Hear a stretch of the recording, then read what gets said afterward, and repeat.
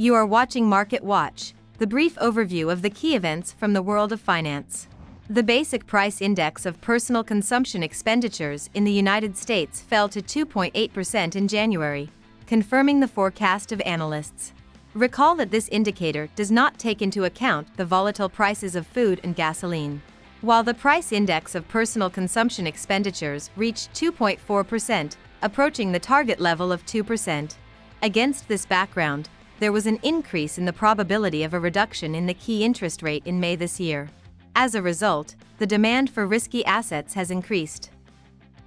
The S&P 500 Broad Market Index ended the best February in the last 10 years, once again approaching its own maximum. Demand for stocks remains stable amid an increase in the likelihood of easing the monetary policy of the Federal Reserve. After all, lowering the key interest rate reduces the risk of a crisis, thereby pushing investors to buy riskier assets. However, there is no rush. Moreover, the demand for gold also remains high. This is a bad signal for stock buyers. After all, there is still a high demand for this protective asset, indicating increased investor caution. They insure their risks, including from buying shares, by investing in gold.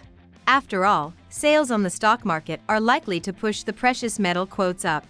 The bullish scenario remains relevant, as expectations of a reduction in the Fed's key interest rate put pressure on U.S. government bond yields, which in turn is a bullish fundamental factor for gold. It is also important to understand that a slowdown in inflation indicates a decrease in business activity, thereby being a bearish signal for the stock market and other risky assets.